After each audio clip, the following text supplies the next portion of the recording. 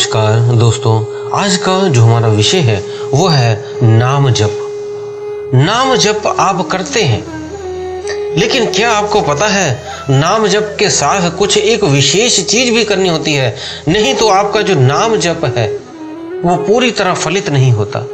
तो नाम जप अगर शुरू कर दिया है तो बहुत अच्छा है, इसकी दूसरी सीढ़ी पे भी पैर आप रख दो, मीन्स धीरे धीरे ये भी करना शुरू करो जो हम आज आपको बताएंगे। तो दोस्तों, उम्मीद है आप हमारे बताए हुए इस मेन जो रहस्य है, मेन जो गुप्त बात है, वो आप अपने ध्यान करते समय, पूजा पाठ करते समय, नाम जप करते समय उसको साथ में रखेंगे तो आप देखेंगे आपके साथ जादुई तरीके से आपकी जो आध्यात्मिक यात्रा है वो होगी। आपके चमत्कारिक ढंग से आप देखेंगे कि आपका जो ध्यान भजन है वो हो रहा है।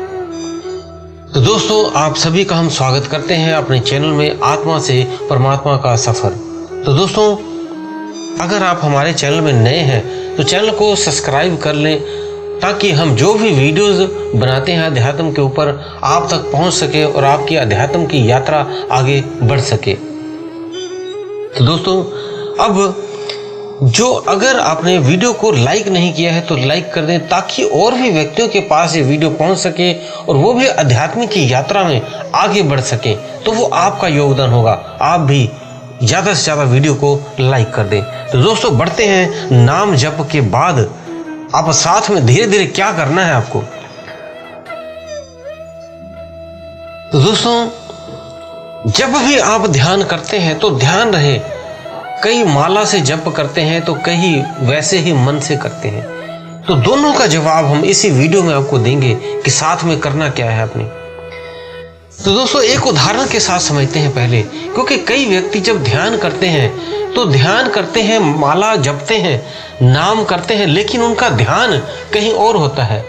वो किसी भी नाम को जप करते हैं, राधे कृष्ण करें, राम राम करें, सतनाम वाहेगुरु करें, सोहम करें, अल्लाह करें, जितने भी नाम, कोई भी नाम आपके गुरु ने कोई विशेष नाम दिया है उसको आप करते हैं। तब जो भी आपका ये नाम है वो अगर आप करते करते कुछ और सोच रहे हैं, जैसे कई व्यक्ति मुंह से कुछ और बोल रहे हैं और दिमाग में कुछ और सोच रहे होते हैं, जैसे ध्यान करते हैं तो ध्यान करने के साथ बैठते बैठते साथ में कुछ और विचार आते हैं, जिस विचारों में आप खो जाते हो और ध्यान आपको पता ही नहीं लगता कि मैं ध्यान के लिए बैठा था, कुछ और ही करने लग जाते हैं। ऐसे ही एक साखी सुनाते हैं गुरु नानक देव जी की, जिससे आपको काफ़ी समझने में महसूस सफलता मिलेगी और अच्छी तरह आप इस बात को समझ पाएंगे। तो गुरु नानक देव जी एक बार जा रहे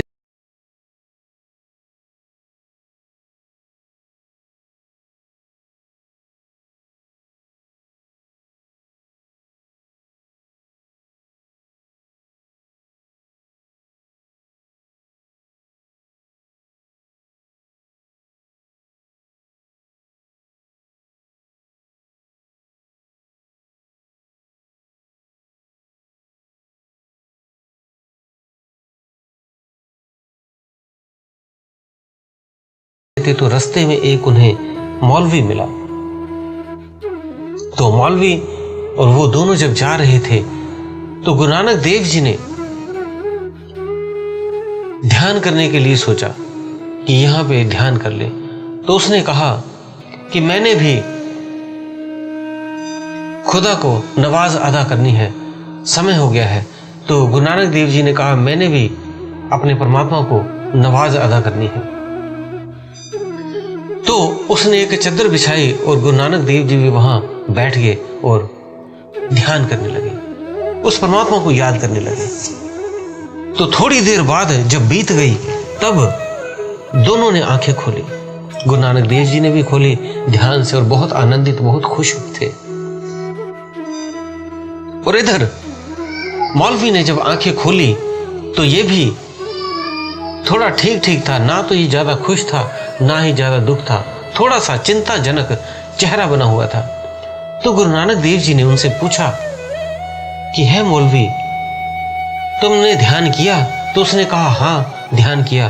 तो सेम प्रश्न उन्होंने उनसे किया तो उसने कहा हाँ ध्यान किया। तो उन्होंने कहा मौलवी, तुम ध्यान कर रहे थे तो ध्यान में ये घोड़ी किसकी बांध रहे थे तुम? वो अचानक हक्का बक्का रह गया। उसने कहा, आपको कैसे पता लगा कि मैं ध्यान में बैठा बैठा मेरे ध्यान में मेरी घोड़ी आ गई और उसी को बांधने में मैं लगा हुआ हूं? तो उसने कहा, गुरु नानक देव जी ने कहा कि आप ध्यान में नहीं उतरे, आप तो घोड़ी बांधने में रहे, तो नवाज किसको अदा कर दिया आपने? तो ऐसे ही हर व्यक्ति का हाल है।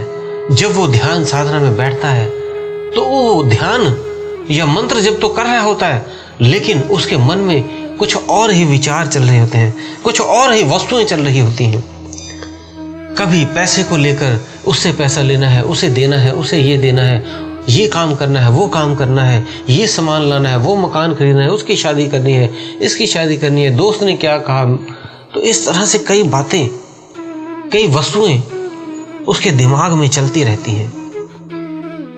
तो ऐसे ही एक कबीर साहिब जी का भी एक दोहा है जिसमें उन्होंने कहा है, माला तो कर्म फिरे, जीव फिरे मुख माहे, मनवा तो 10 दिश फिरे, ये भी सिमरन नाही।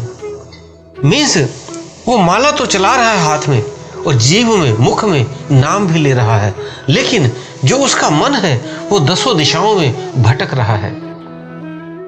4 दिशाएं और 4 इनके कोने दिशाओं के 8 दिशाएं और धरती आकाश 8 दिशाएं होगी। 10 दिशाएं 2, 8 और 2 10। ये 10 दिशाओं में आपका मन घूम रहा है, कभी ऊपर, कभी नीचे, कभी दाएं, कभी बाएं। तो कैसे उसका सिमरन हुआ? तो इस बात को आप गहराई से समझें। वस्तुओं के पीछे, व्यक्तियों के पीछे अगर ध्यान लगाकर रखा हुआ है तो उस नाम सिमरन को कहां जपा? पूरी तरह से आप नहीं कर पाए। सिर्फ जैसे कई व्यक्ति होते हैं, मुंह पे बहुत अच्छा मीठा बनते हैं, लेकिन अंदर से वो आपके प्रति वो भाव, वो प्रेम नहीं रखते, नफरत रखते हैं, लेकिन सामने आने पे आपको प्यार दिखाते हैं। इसी तरह वो आप ध्यान कर रहे हो, मुंह में तो बोल रहे हो, माला से तो जप रहे हो, लेकिन अंदर से उसको नहीं जप रहे हो। और जब अंदर से बात ही नहीं बन रही तो जप कैसा हुआ? वो अधूरा जप है।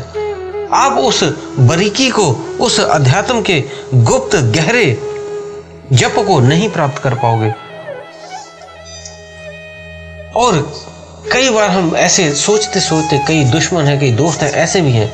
तो इसके लिए भी आज हम आपको एक ऐसा सल्यूशन देने जा रहे हैं जिससे आपको ये पता लग जाएगा कि आप हर व्यक्ति में परमात्मा देखने लग जाएंगे, तो आपको हर चीज में परमात्मा ही नजर आएगा।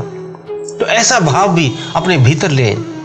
तो ये जान ले कि प्रत्येक पृथ्वी का एक एक कण, हर चीज, जो भी आप धरती आकाश कहीं भी देखते हो, एक एक कण में परमात्मा का वास है। उसी की ऊर्जा हर चीज में चल रही है, जिसे हम इलेक्ट्रॉन, प्रोटॉन और न्यूट्रॉन भी कह देते हैं, एक मिट्टी के कण में है, और वो भी चलते रहते हैं, जीवंत हैं। कोई भी चीज निर्जीव नहीं है, सभी चीजें सजीव हैं, उसमें एक शक्ति चलती रहती है। उसी इलेक्ट्रॉन, प्रोटॉन को ही हम ब्रह्मा, विष्णु, महेश भी कह देते हैं। वो हर जगह वो ऊर्जा चल रही है, हर जगह वो परमात्मा है, हर चीज में है। तो वो आपके सामने कोई पेड़ पौधे हों, उसमें भी परमात्मा है। अगर उसकी याद आ गई तो समझ ले मैं परमात्मा के साथ ही बिता रहा था। अंतिक जब देखेंगे तो अंदर उसके परमात्मा ही है। हर जीव जंतु में एक जो आत्मा है वो परमात्मा का ही स्वरूप है।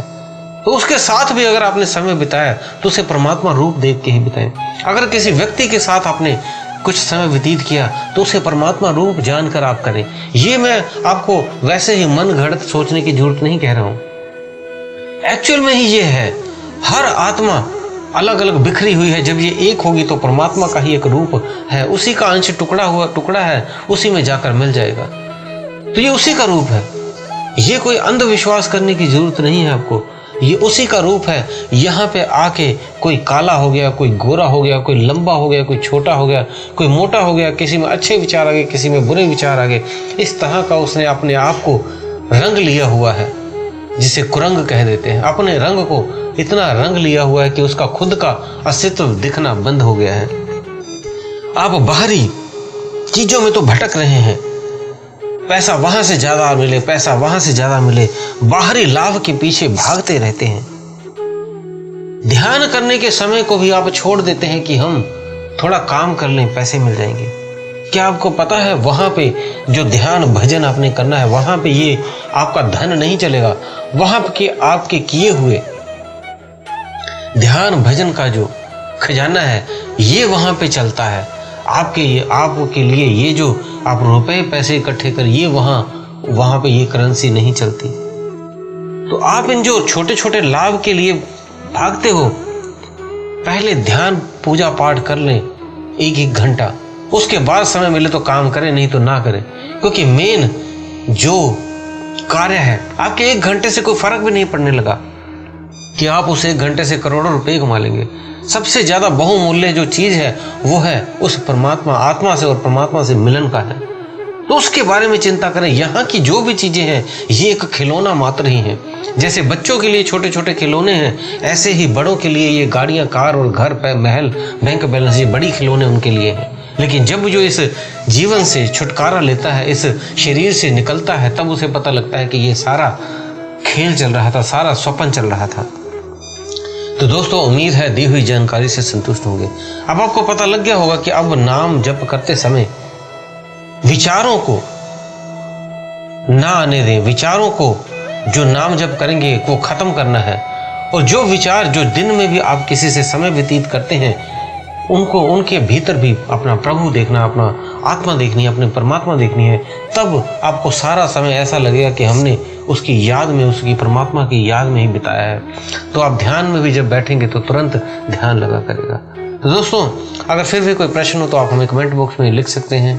तो इसी के साथ हम, अगर आपने फेसबुक और इंस्टाग्राम हमारा फॉलो नहीं किया है, डिस्क्रिप्शन बॉक्स में उसका लिंक दिया है, वहाँ से कर लें। इसी के साथ हम विदा लेते हैं। धन्यवाद।